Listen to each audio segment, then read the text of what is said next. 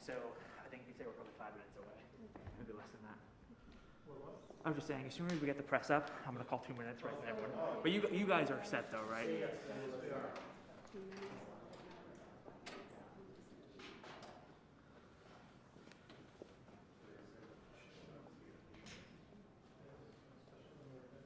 And they're on the right now.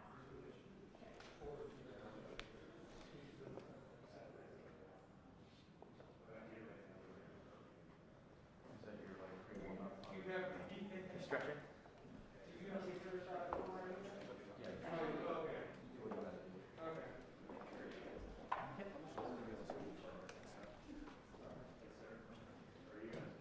Unless you need. Yep. Yeah, I'll shout it. Okay, so you'll come in there.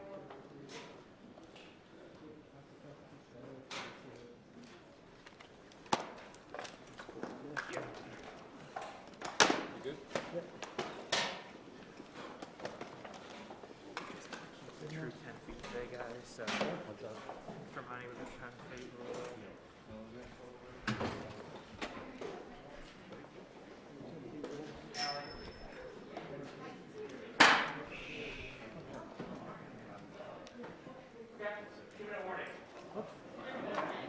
Ready? I'm ready for that. I'm rolling too. Peter, you guys are good? Yeah. 2-minute warning at 2:40. At 2:40. You know, my heart will need you.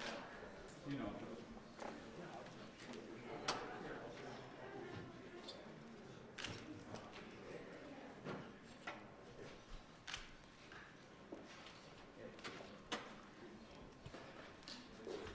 That was nice to meet you guys. Yes. Okay, great. And I'll go with you.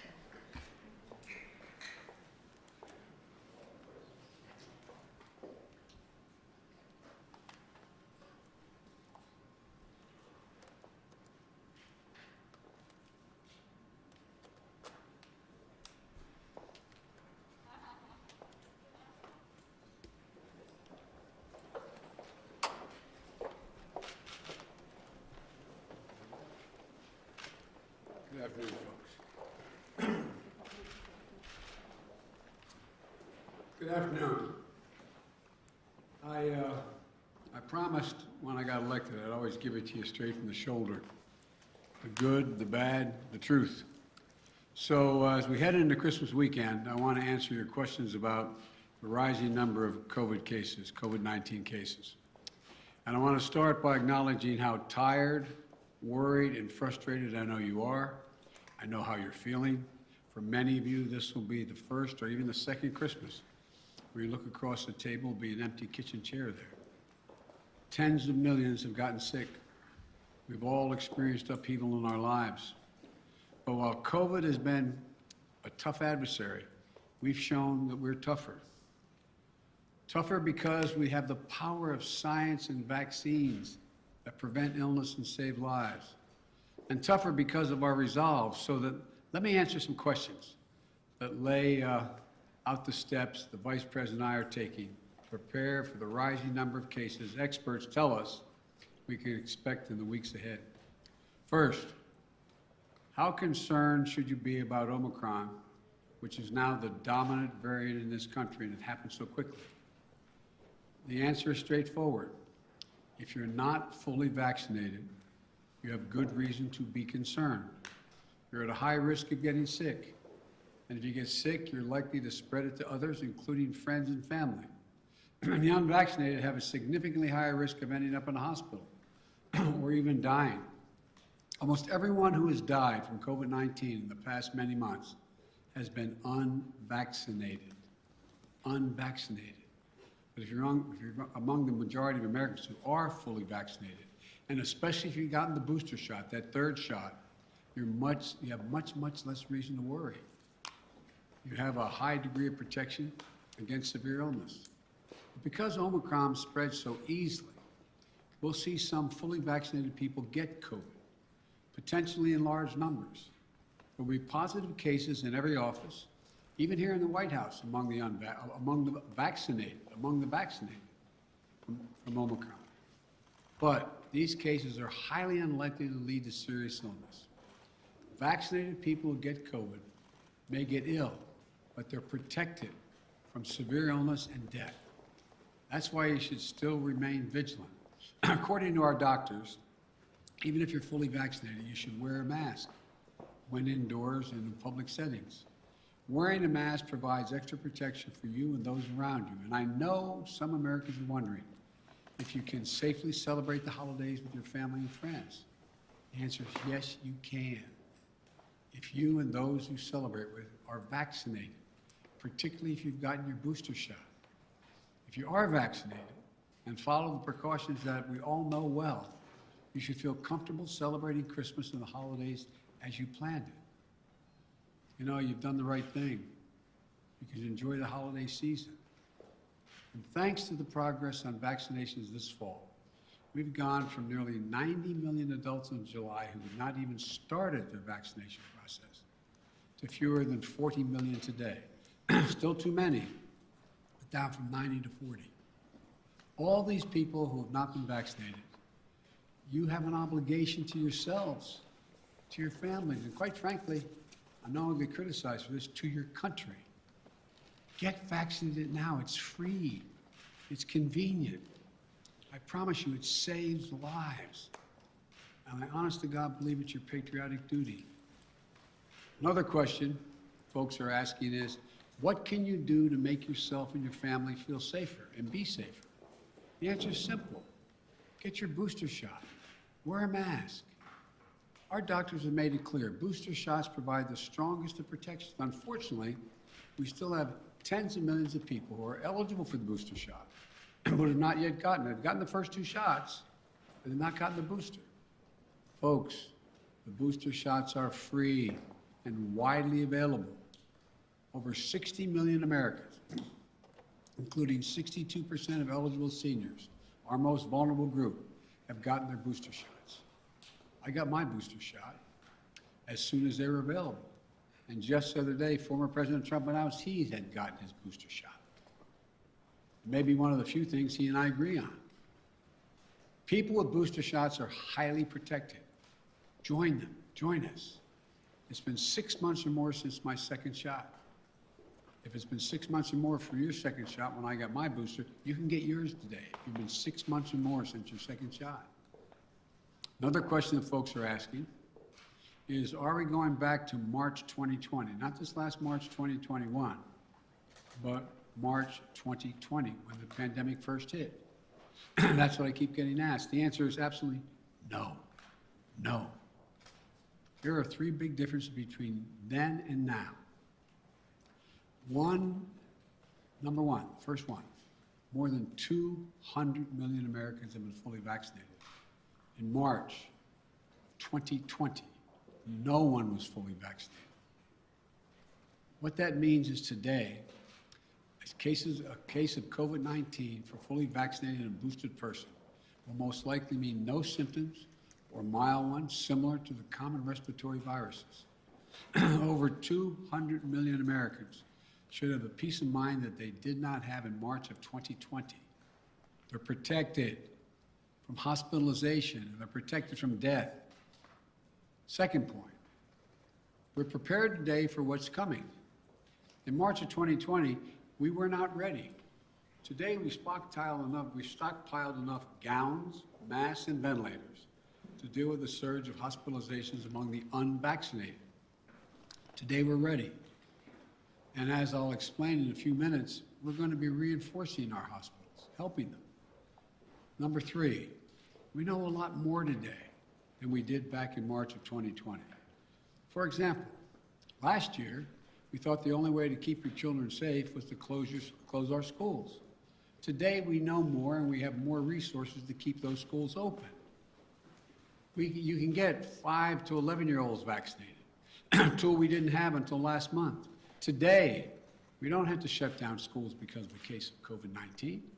Now, if a student tests positive, other students can take the test and stay in the classroom if they're not infected, rather than closing the whole school or having to quarantine. We can keep our K through 12 schools open. That's exactly what we should be doing. So folks, let me summarize. We should all be concerned about Omicron, but not panicked. If you're fully vaccinated, and especially if you got your booster shot, you are highly protected. And if you're unvaccinated, you're at a higher risk of getting severely ill from COVID-19, getting hospitalized, and even dying. So the best thing to do is get fully vaccinated and get your booster shot. And no, this is not March of 2020. 200 million people are fully vaccinated. We're prepared. We know more. We just have to stay focused. So that's where we stand. Now let me tell you about the additional steps I'm ordering today to take on what is coming. I know you've heard a lot of this in the news already this morning. 3 weeks ago, I laid out a COVID-19 action plan for this winter that prepared us for this moment. Today, we're making the plan even stronger. First, we're setting up our vaccination and booster efforts. We're stepping it up significantly. In the past 2 weeks, we've seen the highest vaccination rates since last spring. And we aren't as vaccinated as a country as we should be, though. That's why we have added 10,000 new vaccination sites on top of the 80,000 sites that we already had in place. And even more will open in January. You know, there's some parts of this country where people are very eager to get their booster, where it's harder to get an appointment, So starting this week, I'll be deploying hundreds more vaccinators and more sites to help get the booster shots in people's arms. I've ordered FEMA, the Federal Emergency Management Agency, to stand up new pop-up vaccination clinics all across the country where you can get that booster shot. We've opened, we've opened FEMA vaccination sites in Washington State and New Mexico, recently as cases have increased. And today, I'm directing FEMA to stand up new sites in areas where there is a high demand. These steps are going to help us add more and more booster appointments and just over the next few weeks. I also want to say a word to parents. If your children are not vaccinated, please get them vaccinated. If you're a parent, understandably, who waited to see how the first shots went with other kids before getting your own kid vaccinated, you can stop waiting. 6 million children in our country, ages 5 to 11, are vaccinated. Get your children protected today, now. For those parents out there who have a child that's too young to be vaccinated, that is under the age of 5, I know this can still be a scary time. But one thing you can and must do while we await vaccines for children under 5, get yourself fully vaccinated and boosted, as well as those around you, your children, your caregivers, your siblings. It's critical to mask up in public indoor places. We know that our youngest children have only rarely been impacted by serious COVID-19 cases. But they can be further protected if they're surrounded by vaccinated people. And again, to folks who are not vaccinated, you might think you're putting only yourself at risk, but it's your choice. Your choice is not just a choice about you. It affects other people. You're putting other people at risk. Your loved ones, your friends, neighbors, strangers you run into. And your choice can be the difference between life or death. The longer the virus is around, the more likely variants form. It may be deadlier than the ones that have come before. Let me say again and again and again and again, please get vaccinated. It's the only responsible thing to do. Those who are not vaccinated are causing hospitals to become overrun again. I just spoke to the governor of New York. Every COVID-19 hospital means someone with a heart attack, cancer, or other serious illness may not get that bed and that life-saving care they need in the hospital. Look, let me give it to you straight again. Omicron is serious, potentially deadly business for unvaccinated people. Let me be clear. Thanks to the prior administration and our scientific community, America is one of the first countries to get the vaccine. Thanks to my administration and the hard work of Americans, we led a rollout and made America among the world leaders in getting shots in arms. But uptake slowed this summer as vaccine resistance among some hardened. Look, the unvaccinated are responsible for their own choices. But those choices have been fueled by dangerous misinformation on cable TV and social media. You know, these companies and personalities are making money by peddling lies and allowing misinformation that can kill their own customers and their own supporters. It's wrong. It's immoral. I call on the purveyors of these lies and misinformation to stop it. Stop it now. One of the other things that we know that has to be done is more testing. Because Omicron spreads easily, especially among the unvaccinated. It's critically important that we know who's infected. That means we need more testing. And on that score, we're now where we should be. Yes, we have over 20,000 free testing sites. Yes, we've used the Defense Production Act and spent $3 billion to greatly expand the number of at-home tests available for purchase online and at your local pharmacy. And yes, we made sure insurance covers the PCR tests you get in the hospital or at your doctor's office. But starting next month, private insurance will also cover at-home testing. So you can order a test online and get reimbursed. We're providing access to free at-home tests for those who may have insurance as well, may not have insurance, I should say, as well. But it's not enough. We have to do more. We have to do better, and we will. Starting this week, the federal government will set up emergency testing sites in areas that need additional testing capacity. Before Christmas, the first several of these federal testing sites will be up and running in New York City, with many more to come. This free testing is going to help reduce the waiting lines, the time you have to stand there, and sometimes it's an hour or more. We're going to continue to add federal testing sites where needed, so that if you want an immediate test, there'll be a place where you can go get it. We also need to do better with at-home testing.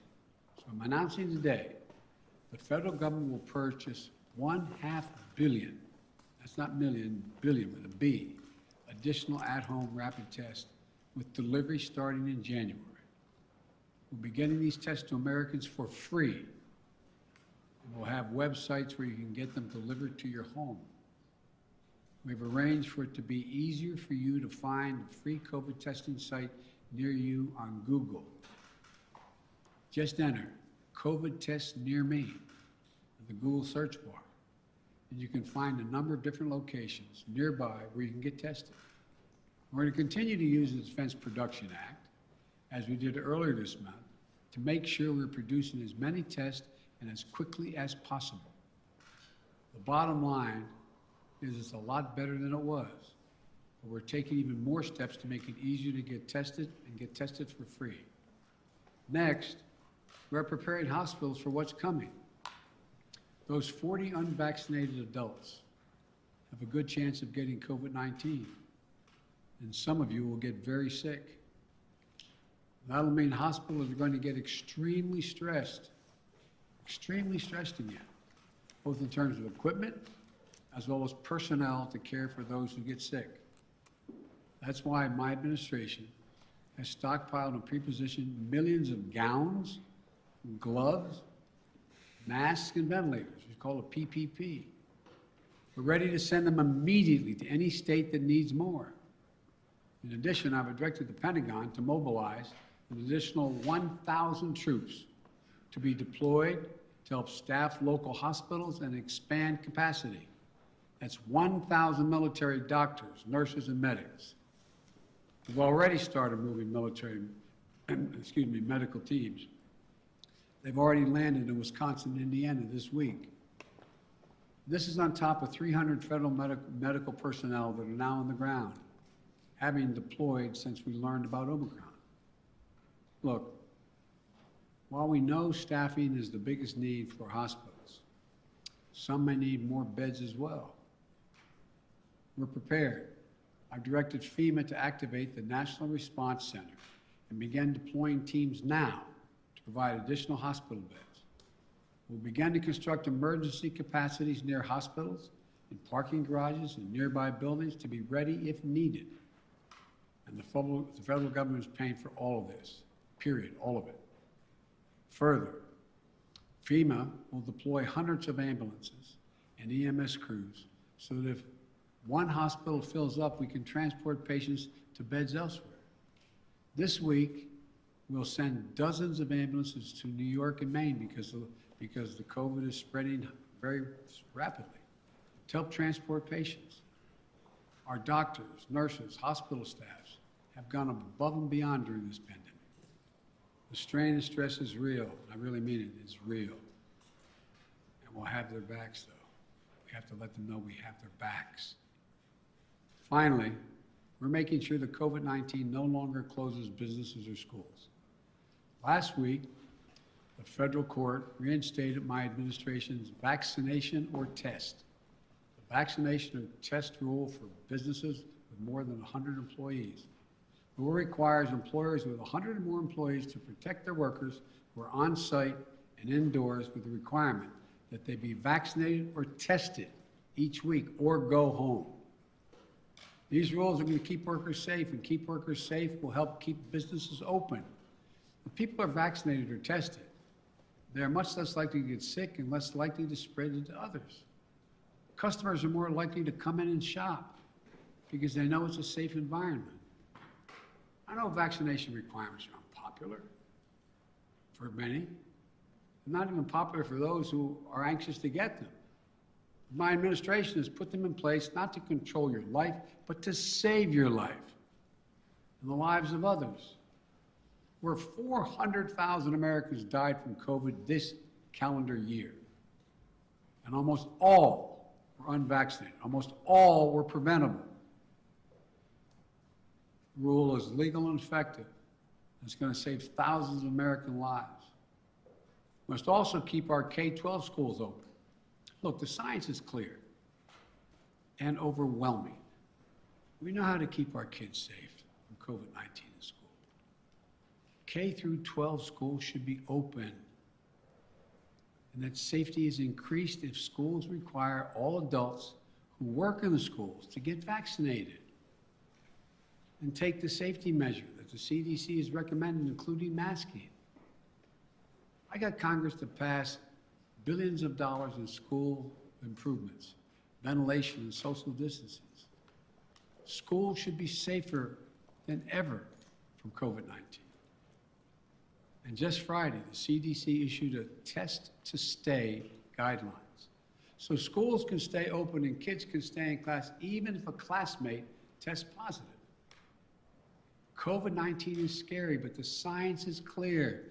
Children are as safe in school as they are any place, assuming the appropriate precautions have been taken and they've already been funded. Let me close with this. I know you're tired. I really mean this, and I know you're frustrated. We all want this to be over, but we're still in it. And this is a critical moment. We also have more tools than we ever had before. We're ready. We'll get through this. As we head into the holidays, I want us to all keep the faith. I want to sincerely thank you for your perseverance, your courage, your countless acts of kindness, love, and sacrifice during these last 2 years. Throughout our history, we've been tested as a people and as a nation through war and turmoil.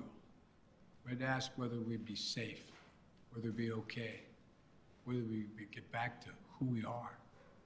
We've always endured because remember, there is no challenge too big for America.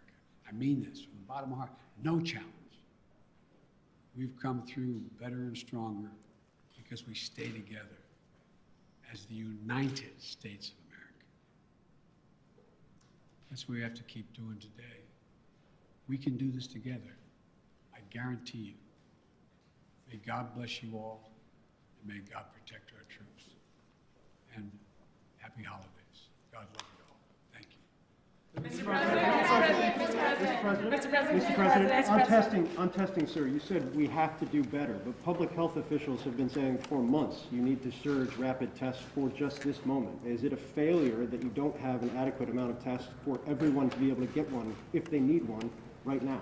No, it's not, because COVID is spreading so rapidly. If you notice, it just happened almost overnight, just in the last month. What's your message? Mr. President. So, no, it's not a failure. But the alarm bell went off. I don't think anybody anticipated that this was going to be as rapidly spreading as it did. And so the question is, we had a lot of people who have access to tests, who could order them, could have their insurance pay for them, et cetera. But it also, and all of a sudden, it was like everybody rushed to the counter. It was a big, big rush. And I knew that was coming, so what I tried to do is meet with the companies and use the Defense Production Act to get 500 million more tests and figure out how to get them to their homes, get them on the shelves in the store. I mean, so that's what it's all about. Yes. Mr. President, what's your message to Americans who are trying to get tested now and who are not able to get tested and who are wondering what took so long to ramp up testing? Come on, what took so long? That's what I'm hearing that from people who are trying to get tested now before the holidays. Well, what took so long, it didn't take long at all. What happened was the Omicron virus spread even more rapidly than anybody thought. If I had told you 4 weeks ago that this would spread by a day-to-day basis, it would spread by 50, 100%, 200%, 500%. I think you would have looked at me and said, Biden, what are you drinking? But that's what it did. Now, we don't know what's going to happen from here. It looks there's some evidence that in South Africa, where a lot of this started, that it's dropping off quickly, too. We don't know. But I do know that we're not going to be in a position, like I said, when we were having a problem with masks and gowns and the like. I said, I promise you. Remember the criticism? I got questions from some of you. Why are you still paying for all these masks and gowns? Why are you stockpiling this? Because we don't know.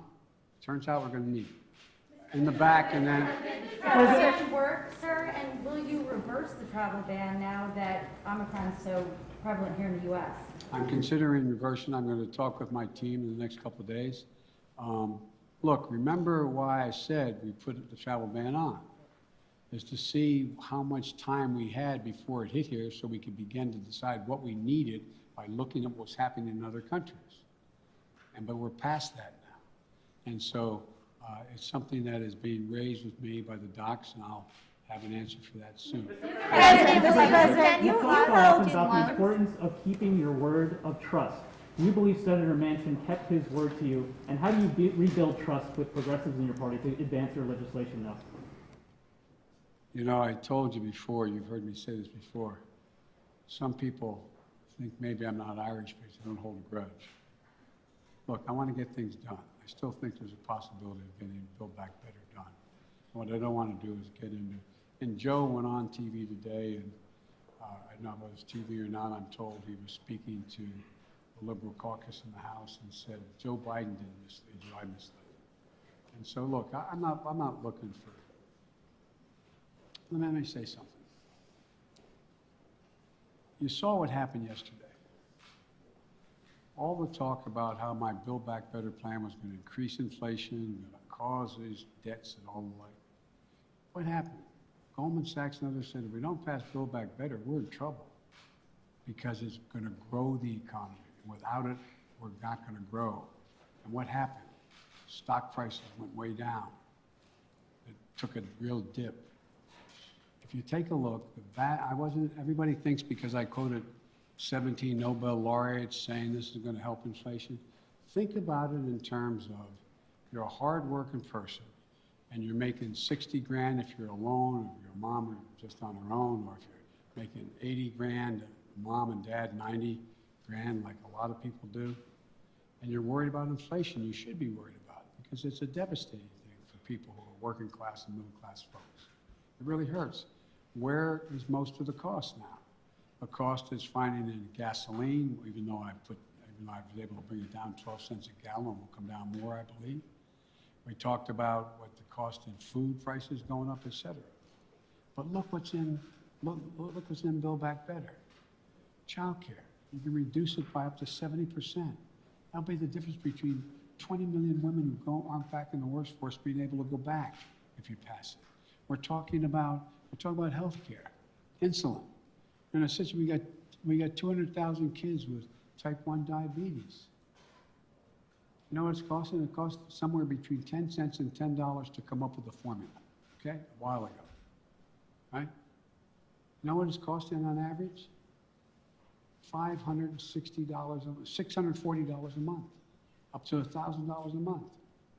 What do you do if you're a mom and a dad working with minimum wage, busting your neck? You look at your kid, and you know if you don't get that vaccine for him, if you don't get that drug for him, if you don't get be able to take that, what happens? They're likely to go in a coma, maybe die. Not only do you put the kid's life at stake, you strip away all the dignity of a parent looking at their child. I'm not joking about this. Imagine being a parent, looking at a child, and you can't afford. You have no house to borrow against. You have no savings. It's wrong. But all the things in that bill are going to reduce prices and cost for middle class and working class people. It's going to reduce their costs. What's inflation? Having to pay more than the money you have because things have gone up. Well, bring down all those costs across the board, from child care to a child care tax credit. But I'm not supposed to be having this press conference.